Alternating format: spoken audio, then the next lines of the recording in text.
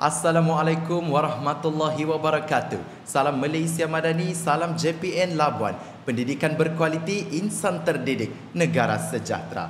Kembali lagi kita ke dalam rancangan Chatter Podcast Diari Murid SSTP Jabatan Pendidikan Wilayah Persekutuan Labuan. Saya Hamzi Mikail bin Hasmi, murid dari Sekolah Menengah Sains Labuan, merupakan hos anda bagi podcast ini. Alhamdulillah, bersyukur kita ke hadrat ilahi. Dengan limpah rahmatnya jua, kita dapat bersama-sama dalam suatu program yang cukup bermakna, iaitu Chatter Podcast Diari Murid, di mana program ini merupakan inisiatif bahagian sumber dan teknologi pendidikan Kementerian Pendidikan Malaysia untuk mengetengahkan bakat murid yang luar biasa di seluruh pelosok negara amnya dan di wilayah Persekutuan Labuan khasnya. Dan tanpa membuang masa lagi, saya ingin memperkenalkan tetamu podcast kita pada hari ini, iaitu saudara geografer Jeremy Eloy bersama ibunya, Puan Viviana Yona Freddy Edi. Selamat datang diucapkan.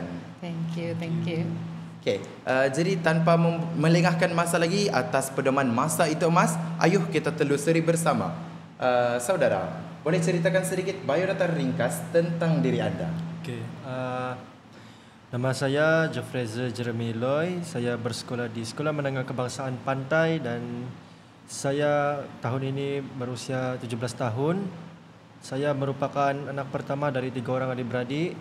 Bapa saya bekerja di Island Supply Base dan ibu saya bekerja di AIA. Jadi boleh Gio ceritakan sedikit hobi ataupun cita-cita Gio sendiri? Okey, hobi saya itulah olahraga. Terus bermain olahraga lah. Cita-cita saya mahu mewakili Malaysia sehingga ke peringkat antarabangsa dan kalau boleh terus menjulang menjadi atlet tersohor di negara kita. Satu hari nanti tidak akan mustahil, insya-Allah semuanya. Okey, jadi kita terus telusuri soalan yang kedua pula. Gio, boleh ceritakan pertandingan apa yang anda sertai, pencapaian yang diperolehi dan apa sebenarnya yang menarik minat anda untuk menyertai pertandingan ini? Okey. Pencapaian saya adalah di sukan olahraga. Kebanyakannya pada tahun saya giat aktif dalam sukan olahraga pada 2023. Di kebangsaan saya mendapat pingat dalam acara 400 mendapatkan pingat emas dan 800 mendapatkan pingat gangsa. Dan lepas tu pada tahun lalu saya baru baru main dalam acara 100, 200 dan lompat jauh dalam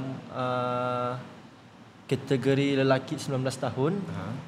Dan sana macam mana, rezeki belum sampailah untuk dapatkan podium. So saya teruskan berusaha sampai tahun ini di Perlis saya telah mendapatkan 3 pingat, iaitu dalam acara 100 meter mendapatkan pingat emas, 200 mendapatkan pingat gangsa dan juga lompat jauh mendapatkan pingat gangsa.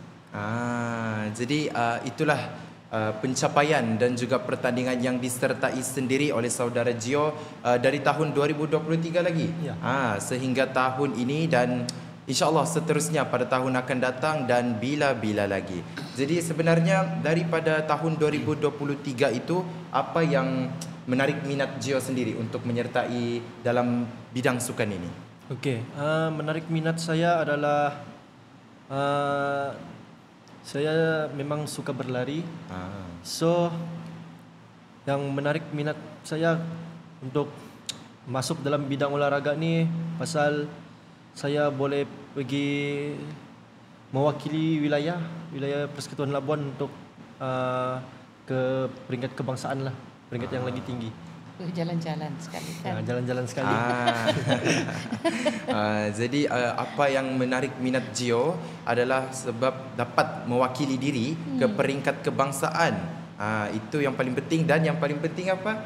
Boleh berjalan-jalan. Okey, jadi rutin harian yang anda perlu korbankan sendiri ataupun patuhi semasa fasa persediaan yang paling sengit? Seperti berapa jam anda berlatih ataupun belajar seminggu? Okey. Rutin untuk itu saya selalu pagi memang of course sekolah, tetap sekolah.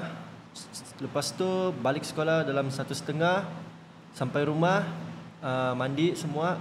Kalau sempat makan, kalau tidak terus turun pergi training start jam 2:30 sampai 4. Oh, trainingnya tu di mana? Di College Vocational. Oh, jadi training Geo di KV. Okey. KV, KML. KML. sorry. Oh, KML. Okey, betul lah. Itulah. Jadi di KML tu memang banyaklah atlet-atlet yang sendiri saya difahamkan pun berlatih di sana. Jadi seterusnya, bagaimana anda menyeimbangkan komitmen untuk pertandingan ini dengan pelajaran di sekolah? Adakah sukar dan apa tips anda? Okey, mula-mula memang agak sukar untuk bagi masa dan bagi ruang dalam pembelajaran dan juga sukan. So kalau di rumah ibu bapa saya yang bagi menentukan jadual untuk di macam training dan juga sekolah. So kalau macam dalam kawasan sekolah, guru-guru saya yang bagi saya semangat dan juga bagi saya untuk lebih fokus dalam akademik. So kalau selepas luar akademik selepas di luar sekolah saya akan terus masuk ke bidang sukan lah terus. Maksudnya balik saja terus pergi training terus. Oh, jadi pagi tetap bersekolah juga dan petang tu baru masa untuk training. Jadi memang ada timetable yang disediakan khas sendiri oleh ibu bapa Gio. Okey, jadi seterusnya soalan saya, apakah perasaan anda apabila pertama kali mengetahui anda akan mewakili wilayah Persekutuan Labuan ke peringkat kebangsaan? Adakah teruja, tertekan ataupun bercampur-campur? Okey, kalau sekarang saya memang tidak rasa sebab saya memang tahu sudah. Faham. So tapi first saya ikut MSS untuk kebangsaan pada tahun 2023. Saya macam agak terkejut dan juga dalam masa yang sama nervous lah. Sebab first time ikut kebangsaan, nak tahu macam mana main kebangsaan punya konsep dia dalam di Labuan sama di luar Labuan lain, berbeza sangat. So pada tahun 2023 tu saya masuk dalam gelanggang olahraga di negeri lain. So di sana saya cuba untuk ketahui lebih mendalam sukan dalam kebangsaan punya lah. Oh, jadi memang excited lah kalau masa tu lepas dapat tahu. Excited, ada excited juga. Cuma dalam masa yang sama nervous. Sebab belum pernah mewakili Labuan untuk pergi peringkat kebangsaan. Jadi untuk tahun-tahun seterusnya nervous tu makin lama makin kurang lah kan? Macam dari 2024 hingga tahun ini nervous. Saya akan start nervous bila saya masuk dalam itu arena segala. Jadi itu memang normal. Saya sendiri pun kalau mengikuti pertandingan atau acara mana-mana pun memang normal. Perasaan nervous tu memang akan ada hadir, tetapi lama kelamaan dia akan lama-lama surut dan hilang. Ya. Jadi merasa. Betul. Okey, jadi seterusnya kita tanyakan pula kepada ibu. Ibu. Okey, puan, saat ataupun cabaran paling sukar yang puan sendiri hadapi sepanjang tempoh persediaan anak ke peringkat kebangsaan, dan bagaimana puan sendiri mengatasinya? Cabaran persiapan. Ya. Okey. Dia ini punya sifat ada pasang surut. Kadang-kadang dia rajin di luar pikiran kita, kadang-kadang dia sangat malas. Kalau dia rajin, pukul 4 pagi dia sudah bangun. Kalau dia malas, pukul 7 training, pukul 7 dia belum bangun. So itu antara cabaran dia untuk kita gerakkan dia untuk turun training. Okey. Macam dia ni senang sikit. Reverse psychology. Tidak mau training, tidak mau bangun, okey, stop semua aktiviti. Jadi dia takut semua aktiviti dia kena stop, dia akan bangun. Okey, itu satu. Keduanya, masa kita memang macam masa saya habis di jalan raya. Kenapa habis di jalan raya? Saya ambil balik pergi sekolah, drop barang semua di rumah, tidak lama saya akan hantar dia pergi training. 2 jam di Padang, saya kena ambil dia balik ke rumah. Dan semua itu, keadaan itu berterusan setiap hari. Antar ambil. Hujung minggu pula, biasanya orang bolehlah lambat sikit bangun kan. Tapi ada masa dia perlu berada di tempat latihan seawal 6.30 pukul 7 pagi begitu. Jadi rasanya dalam masa 2 bulan atau 1 bulan penuh lah sebelum berangkat ke pertandingan MSSM, memang itulah rutin kami. Kena hantar ambil training di situ saja. Dan kalau kami mau keluar Labuan, saya dengan bapak dia keluar Labuan, itu lagi satu cabaran sebab tiada orang yang akan hantar ambil. Jadi kami terpaksa readykan 1 orang Grab khas untuk dia pergi antar ambil pergi training. Macam itulah. Kita kena order Grab. Yang ini mesti mau pergi ni. Macam pukul 2 dia training, pukul 1 okey, inform driver tolong ambil sekian. Macam tu. Jadi dia memang sudah set lah masa tu. Memang kena set lah kalau kami luar Labuan. Di luar Labuan. Faham. Okey, jadi selain daripada cabaran yang dihadapi iaitu adakah daripada cabaran aset, kelengkapan dan sebagainya? Betul. Kita Labuan, pulau kecil kan. Kadang-kadang peralatan sukan tu limited, terutamanya macam kasut. Dan kami pun dalam bidang sukan ni kami pun baru tahu rupanya kasut spike untuk berlari berbeza dengan spike untuk melompat. Bila kami tahu keadaan tu lebih kurang 10 hari sebelum terbang ke mana Perlis. Perlis. Pergi round lah semua spot kedai sukan yang ada di Labuan ni, tiada satu pun kedai yang ada jual spike untuk lompat jauh. Jadi kami terpaksa macam mana mau cakap, boleh atau tidak, bolehlah, kalau tidaklah order online. Dan biasanya order online kita kena ambil masakan 2 minggu macam tu, dan urusan tu dipermudahkan within 7 days kasut tu sampai Labuan. Jadi kasut tu berjaya lah digunakan untuk bertanding dan menghasilkan gangsa untuk lompat jauh.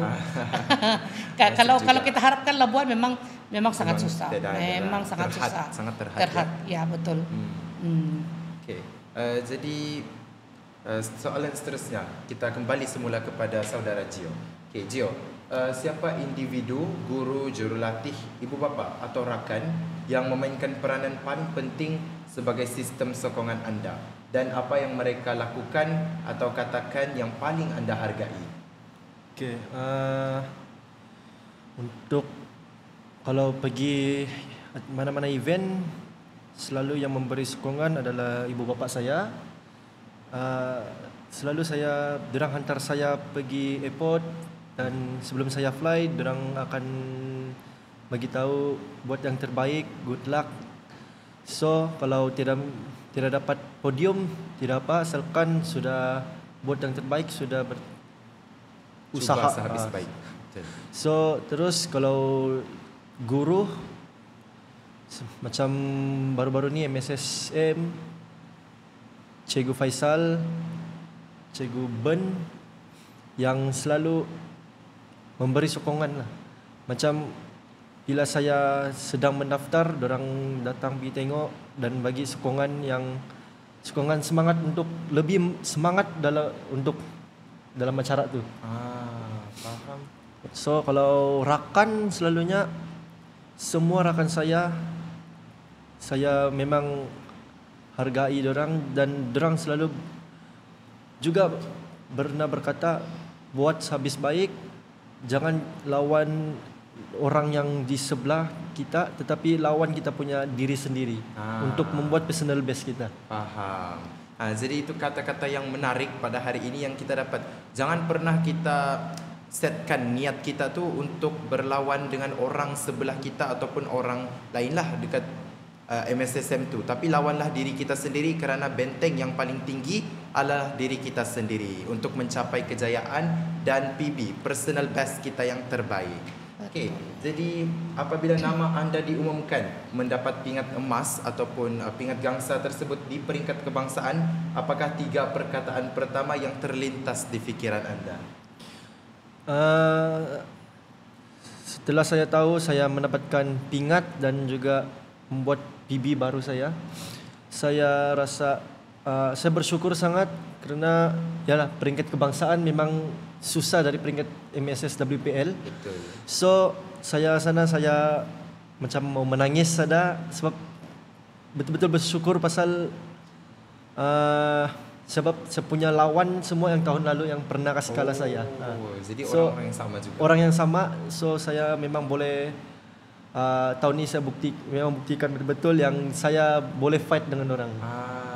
Jadi memang Gio sendiri dapat buktikanlah bahawa orang-orang yang pernah mengalahkan Gio pada tahun-tahun yang lepas, kini dapat Gio sendiri dapat buktikan yang Gio mampu untuk bersaing bersama mereka, bersaing secara sihat. Okey, jadi sepanjang perjalanan tu mesti ada pelajaran yang paling berharga. Maka pelajaran yang paling berharga yang anda pelajari daripada seluruh perjalanan ini, dari peringkat sekolah, dari negeri hingga kebangsaan, yang anda rasa boleh diguna pakai sehingga hari ini, apakah pelajaran tersebut? Okey, pelajaran saya adalah kalau sudah macam sudah tahu menang dalam satu acara tu, jangan meninggikan diri, tetapi rendahkanlah diri dekat depan orang supaya orang tu lebih semangat dan kita juga semangat untuk next event kita. So paling penting kita jangan terlalu overconfident.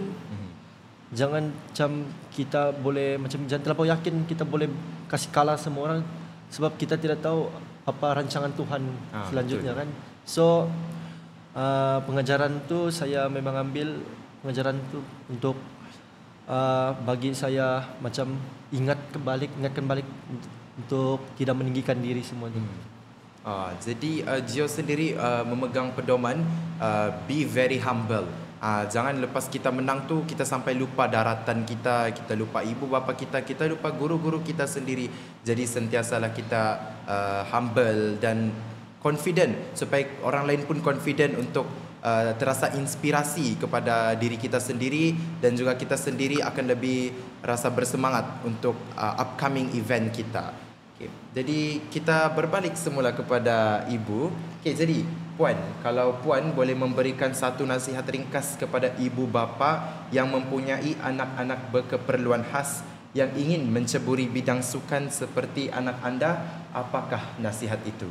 Okey, untuk ibu bapa di luar sana, sekiranya anda diberitahu bahwa anak anda tergolong kepada orang yang anak-anak yang berkeperluan khas, tolong jangan rasa rendah diri, tolong jangan simpan anak itu. Ialah ada orang dia malukan, so anak tu dia simpan di rumah, tidak mau diletak tidak mau dikembangkan, tidak mau terbuka kepada publik. Tolong jangan, sebab anak kita ini mungkin ada kekurangan di satu sudut, tapi mungkin di sudut lain dia ada kelebihan. Dan kelebihan dia itu mungkin lebih besar daripada orang lain. Dia mungkin berbakat besar daripada orang lain. Jadi tolong jangan rasa rasa down lah kalau ada anak yang seperti ini. Lihat kepada kelebihan anak kita. Betul. Jangan pandang pada kelemahan mereka, tapi pandang pada kelebihan, kekuatan mereka, dan terus sokong mereka. Saya percaya anak-anak yang mendapat sokongan daripada ibu bapa pasti akan membuahkan hasil yang tidak pernah kita jangka. Begitu. Jadi Puan sendiri, kalau Puan boleh cerita lepas Gio ni didiagnose berkeperluan khas ni, sebelum menceburi bidang sukan ataupun selepas? Sebelum. Masa itu dia umur 11 tahun. Saya dari awal pendidikannya memang saya berhabis untuk ajar. Saya ajar di sekolah, cari guru tuition, tapi dari segi akademik itu dia memang sangat susah untuk mengikuti. Jadi dari awal lagi dulu masa dia kecil, dia ini sebenarnya ada masalah usus yang kronik dan juga asma yang memang sangat teruk. Jadi orang selalu cerita anak yang asma ini kita perlu kasih dia aktif, kan? Jadi kami antar dia masuk kelas taekwondo. Kayak bila di kelas taekwondo ini perkembangan dia sangat bagus, nampak kekuatan dia di situ. Dan dari situ kami coba untuk kembangkanlah bakat dia ya. Daripada klub yang kami bayar setiap bulan, lepas itu antar dia pergi tournament. Dan dia pernah ikut Malaysia Open dan dia dapat gangsa di situ. So nampak kekuatan sukan dia di situ. Masa itu kami belum tahu lagi yang dia ada bakat dalam olahraga ya. Dan bila sekolah discover, kami sangat-sangat sokong. Pergilah. Dan sampai satu ketika tu dia terpaksa meninggalkan taekwondo dia lah. Begitu. Untuk fokus kepada MSSM lah. Untuk fokus kepada olahraga. Ya.